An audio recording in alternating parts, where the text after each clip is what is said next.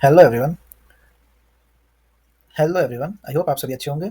तो मैं अपनी सीरीज़ का एक न्यू वीडियो लेकर आप लोगों के सामने आया हूँ, जिसमें हम डिस्कस करेंगे कि पासपोर्ट अप्लाई कैसे करें। लाइक पासपोर्ट की रिक्वायरमेंट तब आती है जब आप इंडिया के बाहर किसी भी पर्पज़ से जाते हो। लाइक आप या तो जॉब करने जा रहे हो या स्टडी के लिए जा रहे हो। तो पासपोर्ट सबसे बेसिक डॉक्यूमेंट है जो रिक्वायर होता है इंडिया के बाहर किसी भी वर्क के लिए जाने के लिए। पासपोर्ट सबसे बेसिक डॉक्यूमेंट होता है जिसकी रिक्वायरमेंट होती है इंडिया के बाहर कोई भी पर्पज़ से आप जा रहे हो। तो इंडिया में पासपोर्ट जो है 10 साल के लिए आपको अलॉट किया जाता है। लाइक पासपोर्ट की वैलिडिटी जो होती है आपके पासपोर्ट इशू होने की डेट से लेकर अगले 10 साल तक रहता है।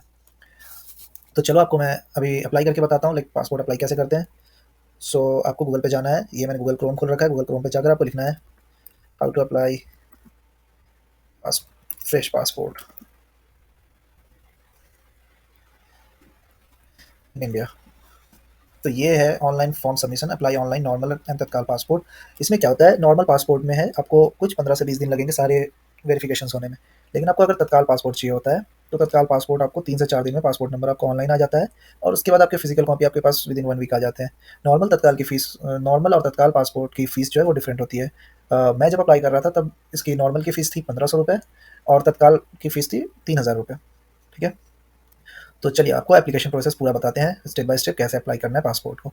तो सबसे पहले लिंक पे क्लिक कर लेंगे, ये जिस पे मैंने मेरा कर्सर जहाँ घूम रहा है इस पर क्लिक करेंगे। इसमें आपको कुछ स्टेप्स बता रखे हैं, इस स्टेप्स को आपको पढ़ना है, इसी पैटर्न में आपको चीज़ें फॉलो करनी है। लाइक सबसे पहले आपको करना है अपने आप को रजिस्टर करना है पासपोर्ट सेवा ऑनलाइन पोर्टल पे। यहाँ पे क्लिक करके बोल रहा है रजिस्टर करने को, तो अभी हम करेंगे। उसके बाद log in to the passport Seva online portal with the registered login ID. जो भी आप लॉगिन आईडी और पासवर्ड बनाओगे उससे आपको लॉगिन हो जाना है। सबसे पहले रजिस्टर करना आपको बता देता हूँ। रजिस्टर नाउ पे आप क्लिक करोगे। यहाँ पे आपसे पूछ रहा है सीपीवी दिल्ली या पासपोर्ट ऑफिस। ठीक है, तो आपको पासपोर्ट ऑफिस चूज़ कर लेना है। सो ये आपके लिए नहीं है, ये जो है डिप्लोमेटिक ऑफिशियल्स के लिए है। ठीक है, तो आपको इस पे क्लिक करना है पासपोर्ट ऑफिस पे। इसके बाद जाकर फर्स्ट ऑप्शन देखो, यहाँ पे स्टार मार्क दे रखा है। इसका मतलब ये जो भी बॉक्स है इसे आपको फिल करना मैंडेटरी है। तो आप पहले ऑप्शन पे क्लिक करोगे, आप जहाँ से हो। जैसे मैं बिहार से, तो बिहार में जो पासपोर्ट ऑफिस है वो है पटना में, तो पटना आप चूज़ कर लोगे। सेलेक्ट कर लिए। गिवन नेम जो होता है, गिवन नेम जो होता है वो आपका खुद का नाम होता है। इसमें इंक्लूड होता है फर्स्ट नेम और आपका मिडिल नेम। ठीक है, तो जैसे आपका नाम है कुछ, मान लो अरमान है आपका नाम, और बीच में कुछ और भी है, अहमद है, अरमान अहमद। सरनेम आपका कुछ होगा, सरनेम जो होता है वो आपके फादर से आता है। लाइक आप का कुछ सरनेम होगा, जैसे बहुत लोगों का सरनेम होता है शर्मा, कुमार। वैसे ही मान लो कि आपका सरनेम है हुदा, तो आप हुदा लगा दिए। ठीक है, अगर आपका मान लो मिडिल नेम कुछ नहीं है तो अरमान है तो सिर्फ अरमान रखोगे, अरमान होगा। फिर आप अपना डेट ऑफ बर्थ चूज़ करोगे, आपका जो भी डेट ऑफ बर्थ हो। मैं रैंडमली डेट ऑफ बर्थ आपको बता दे रहा हूँ, कुछ भी 24 दिसंबर 1998। ठीक है, फिर एक आप ईमेल आईडी प्रोवाइड करोगे। ठीक है, तो मैं अपना ईमेल आईडी प्रोवाइड कर दे रहा हूँ। ठीक है, ये मेरा ईमेल आईडी अपना प्रोवाइड कर दे रहा हूँ। ये पूछ रहा है do you want your login ID to be same as email ID. ये मेरे से ये पूछ रहा है, तो मैं अगर यस करूँगा तो लॉगिन आईडी जो है मेरा सेम ईमेल आईडी जैसा हो जाएगा। नहीं, नो करना है तो आप यूज़र नेम कुछ भी सेव कर सकते हो, जैसे अरमान 22 at the rate. Pass password आपको कुछ खुद से कुछ सेव कर लेना है। मैं कुछ सेव कर लेता हूँ। ठीक है, पासवर्ड आपने सेव कर लिया। कंफर्म पासवर्ड आपसे पूछ रहा है, मैं कंफर्म पासवर्ड करके बता देता हूँ। अब आपसे एक हिंट क्वेश्चन पूछ रहा है, लाइक मान लो आप कभी पासवर्ड भूल गए तो पासवर्ड फॉरगेट करने का टाइम ये काम आएगा। तो एक एग्जाम्पल ले लो, बर्थ सिटी डाल दिया, कुछ भी डाल दिया रैंडमली। ठीक है, अब यहाँ पे आपसे कैप्चा मांग रहा है, कैप्चा आप डाल दो। जैसे मैंने डाल दिया कैप्चा 4KWU। सो ये मुझे बोल रहा है कि आपका कंफर्मेशन जो है, रजिस्ट्रेशन जो है वो कंफर्म हो गया। ठीक है, अब रजिस्ट्रेशन के बाद क्या करना है, आपको लॉगिन करना है। लॉगिन करके जाके एप्लीकेशन डालना है। हाँ, अब आप रजिस्टर हो गए और रजिस्ट्रेशन के बाद आपको क्या करना है, आपको वापस आ जाना है मेन पेज पे, पासपोर्ट सेवा के मेन पेज पे। यहाँ पे आपको करना है एग्जिस्टिंग यूज़र लॉगिन, क्योंकि आपने रजिस्ट्रेशन पहले कर लिया है। तो आप एग्जिस्टिंग यूज़र लॉगिन पे क्लिक करोगे, यहाँ क्लिक करोगे, यहाँ पे लॉगिन आईडी डालोगे, जो मैंने अभी अपना लॉगिन आईडी बनाया था वो डाला। न्यू पे क्लिक करते ही ये पासवर्ड मांग रहा है, पासवर्ड डालेंगे और फिर लॉगिन हो जाएगा। यहाँ पे आपको कैप्चा प्रोवाइड करना है।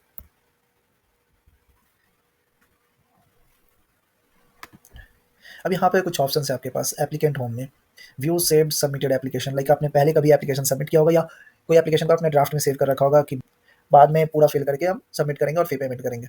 तो सेव्ड और जो सबमिटेड एप्लीकेशन है वो पहले वाले सेक्शन में आपको शो होगा। फिर दूसरा सेक्शन है आपका अप्लाई फॉर फ्रेश पासपोर्ट, री इशू पासपोर्ट। सो इसमें आप क्लिक करोगे तो आप फ्रेश पासपोर्ट अप्लाई कर सकते हो। तो हम चलेंगे अप्लाई फॉर फ्रेश पासपोर्ट में, इस पर क्लिक करते हैं।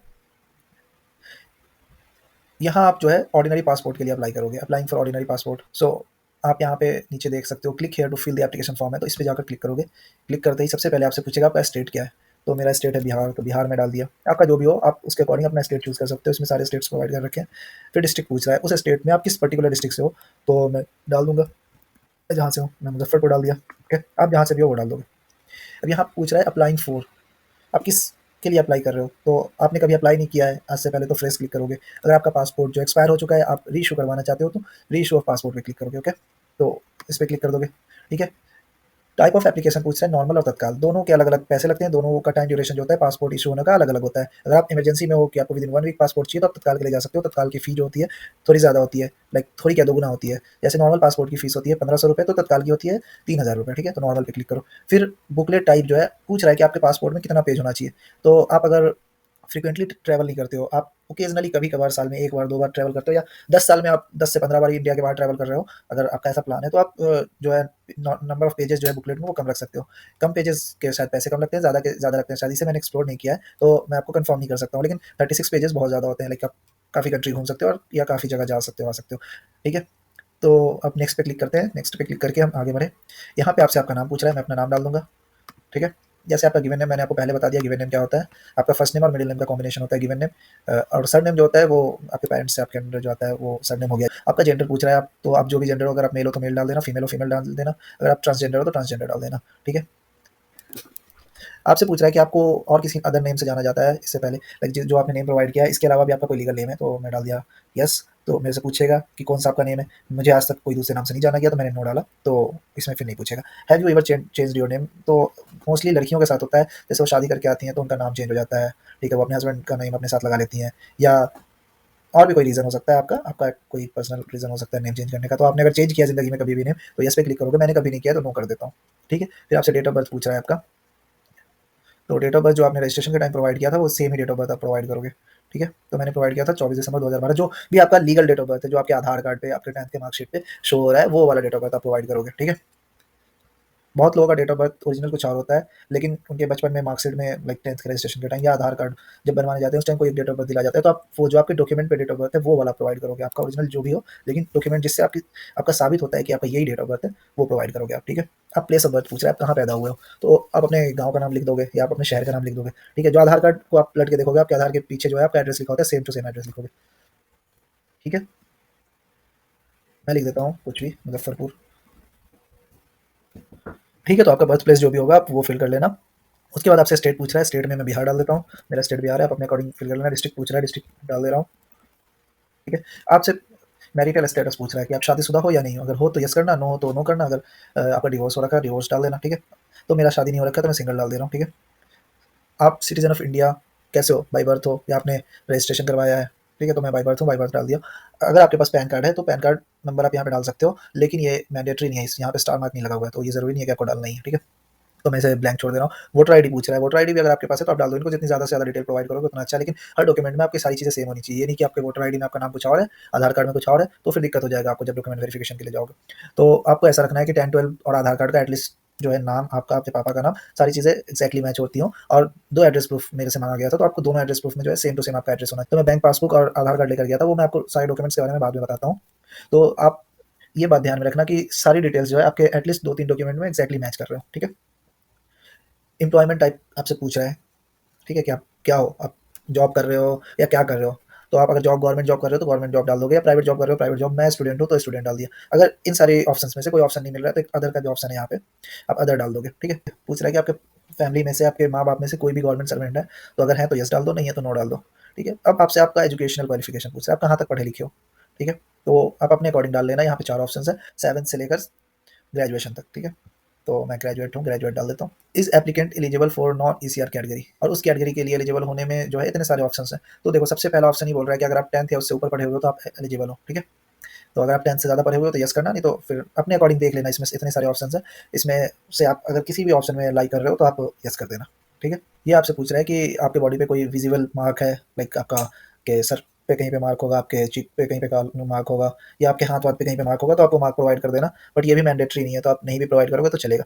आधार कार्ड जो है, आधार नंबर वो प्रोवाइड कर देना। तो मैंने अपना लीगल आधार नंबर प्रोवाइड कर दिया है। अब यहाँ पे आपसे आपके फादर नेम, मदर नेम और आपके गार्जियन का नाम पूछ रहा है, तो फादर्स नेम आप डाल देना, जो भी आपके फादर्स का नाम है।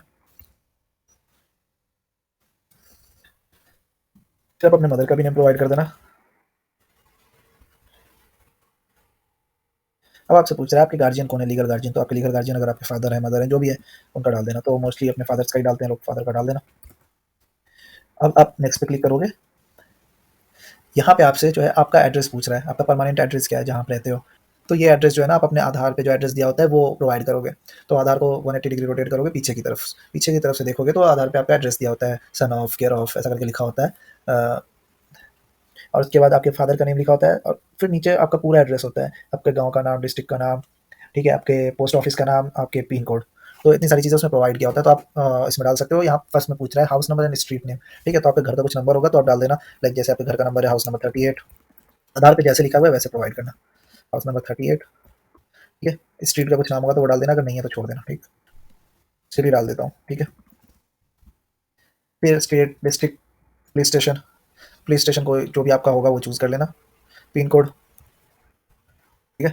फिर यहाँ पे मोबाइल नंबर आपसे मांग रहा है, चलो मोबाइल नंबर आप ये प्रोवाइड कर देना। मोबाइल नंबर आपसे मांग रहा है, मोबाइल नंबर ये प्रोवाइड कर देना। टेलीफोन नंबर नहीं है आपके पास, ईमेल आईडी जो आपने प्रोवाइड किया वो ईमेल आईडी दे देना यहाँ पर। ये पूछ रहा है आपका परमानेंट एड्रेस जो अवेलेबल है, तो यस डाल देना, ठीक है। आपका परमानेंट एड्रेस जो है वो अभी भी आपका प्रेजेंट, जहाँ पे आप अभी प्रेजेंटली आप जहाँ पे रह रहे हो वो वही आपका परमानेंट एड्रेस, ये पूछ रहा है तो आप हाँ कर देना। अगर आप मान लो आप अपने परमानेंट एड्रेस, मान लो आपका कोई गांव में घर है और आप रह रहे हो किसी शहर में अभी, तो आप यहाँ पे नो डाल दोगे, ठीक है। डन। नो डालोगे तो आपसे एक एड्रेस पूछेगा जहाँ पे आप अभी रह रहे हो, ठीक है, तो यस कर दो, फिर नेक्स्ट। अब यहाँ पे पूछ रहा है आपसे कि आपके मोबाइल पे एसएमएस जाने भेजने के लिए आप एग्री हो, ठीक है। आप अपने मोबाइल पे पासपोर्ट सेवा की तरफ से जो भी मैसेज होगी, जो भी अपडेट होगी वो लेने के लिए आप एग्री हो, तो यस कर दो, ठीक है। अब आपसे इमरजेंसी कॉन्टैक्ट पूछ रहा है तो आप इसमें अपने फादर का नाम दे सकते हो, और आप अपना जो भी एड्रेस है आपका पूरा एड्रेस प्रोवाइड करोगे, ठीक है। एक मोबाइल नंबर, आप एक इमरजेंसी मोबाइल नंबर प्रोवाइड करोगे, मैं same to same mobile number दे रहा हूँ, ठीक है। टेलीफोन नंबर नहीं है, ईमेल आईडी मैंडेटरी नहीं है, आप दे भी सकते हो, नहीं भी दे सकते हो। यहाँ पे लिखा है ये सर्टिफिकेट जो होता है इशू होता है तिब्बत और अदर स्टेटलेस पीपल जो इंडिया में रह रहे हैं, दूसरे कंट्री के लोग हैं, जो इंडियन असाइलम में रह रहे हैं या अपने कंट्री को छोड़ के इंडिया में आकर अभी बसे हैं, उनके लिए। तो आप अगर इंडियन सिटीजन हो तो आप नो डालोगे। ये पूछ रहा है आपने कोई डिप्लोमेटिक पासपोर्ट लिया है पहले, या करेंट जो अप्लाई कर रहे हो डिप्लोमेटिक पासपोर्ट, तो आप तो डिप्लोमेटिक पासपोर्ट के लिए अप्लाई कर नहीं रहे हो, या आपने कभी लिया नहीं है, तो आप यहाँ पे लिख दोगे डिटेल नॉट अवेलेबल या नेवर हेल्ड डिप्लोमेटिक पासपोर्ट, आपने कभी डिप्लोमेटिक पासपोर्ट लिया नहीं है, ठीक है। Have you ever applied for passport but not issued, आप कभी पासपोर्ट अप्लाई किया और आपका पासपोर्ट रिजेक्ट हो गया है, तो अगर आपका रिजेक्ट हुआ है तो यस क्लिक करोगे, और नहीं हुआ है तो नो करोगे। आपने कभी अप्लाई नहीं किया, फ्रेश अप्लाई कर रहे हो तो नो पे क्लिक करोगे और नेक्स्ट जाओगे, ठीक है। अभी आपका ना यहाँ पे 3 सेक्शन और बचा हुआ है। Provide the following detail if there are any criminal proceeding pending against the applicant. इन सारी चीज़ों को आप पढ़ोगे, अच्छे से पढ़ के फिल करोगे, ठीक है। ये पूछ रहा है are any proceedings in respect to an offence alleged to have been committed by you pending before a criminal court in India. बोल रहा है आपने कोई क्रिमिनल एक्टिविटी किया है और आपका केस जो है पेंडिंग है कोर्ट, क्रिमिनल कोर्ट में। तो मेरा तो नहीं है, तो आप नो डालोगे, अगर नहीं है तो, अगर है तो आप डालोगे यस। इन सारी चीज़ों की वजह से ना आपको प्रॉब्लम हो जाती है, अगर आपका कोई भी चीज़ हो रखा है पहले से, तो इसमें ना सारी चीज़ों पे नो में ही क्लिक करना है आपको। ये पूछ रहा है have an order prohibiting your departure from India has been made by any court. बोल रहा है कि कोई कोर्ट आपको ऐसा वर्डिक्ट दिया है कि आप इंडिया से बाहर नहीं जा सकते हो, तो नहीं, ऐसा कुछ भी नहीं हुआ है। तो सारी चीज़ों को आप पढ़ोगे अच्छे से और उसके बाद क्लिक कर लोगे। ये बेसिकली आपसे एक्नॉलेजमेंट ले रहा है कि आप हर चीज़ सही बोल रहे हो, है ना। आप एग्री कर रहे हो सारी क्वेश्चन से कि हाँ ये चीज़ हुआ है मेरे साथ। जैसे यहाँ पे देखो, have you ever return to India on emergency certificate. अगर आपको आप किसी कंट्री में थे और आपको बहुत इमरजेंसी हुआ, इमरजेंसी सर्टिफिकेट के थ्रू आप इंडिया आए हो, तो मेरे साथ नहीं हुआ, नहीं डालेंगे। फिर have you ever been deported from any reason country, like आप किसी कंट्री में कोई लीगल एक्टिविटी कर रहे थे तो वो कंट्री आपको डिपोर्ट कर दिया अपनी कंट्री से, आपको वापस इंडिया भेज दिया, ऐसा हुआ आपके साथ कभी? तो नहीं। तो चलिए ये सारी चीज़ों पे नो क्लिक करने के बाद हम नेक्स्ट पे जाएंगे। नेक्स्ट पे जाने के बाद आपसे बोलेगा कि आप अपने पूरे एप्लीकेशन को अच्छे से पढ़ लो, आपने जो भी डाला है वो सही डाला है या गलत डाला है, तो आप पूरे को रिव्यू कर लेना, ठीक है। रिव्यू करने के बाद आप नेक्स्ट पे जाओगे। नेक्स्ट पे जाने के बाद आपको 2 डॉक्यूमेंट मांग रहा है। सबसे पहले है प्रूफ ऑफ बर्थ, ठीक है। प्रूफ ऑफ बर्थ में सबसे अच्छा डॉक्यूमेंट होता है 10th का मार्कशीट, ठीक है। जैसे यहाँ पे लिखा हुआ है transfer school leaving matriculation certificate issued by the school last attended recognised education board, ठीक है। तो आप सबसे आसान है कि आप 10th का मार्कशीट या 10th का सर्टिफिकेट प्रोवाइड कर दो, ठीक। उसके बाद बोल रहा है proof of present residential address, आपको एड्रेस प्रूफ मांग रहा है। पहले में मांग रहा था बर्थ प्रूफ, अब मांग रहा है आपका एड्रेस प्रूफ। तो सबसे आसान है इसमें आधार कार्ड। यहाँ पे आपसे फिर से वही चीज़ें आपसे एक्नॉलेज ले रहा है, लाइक आपसे बता रहा है कि आप जितनी भी डिटेल प्रोवाइड किए सारे सही सही हैं, आप उसके लिए साइन करो और डेट प्रोवाइड करो। तो आप कहाँ पे बैठ के कर रहे हो, ठीक है।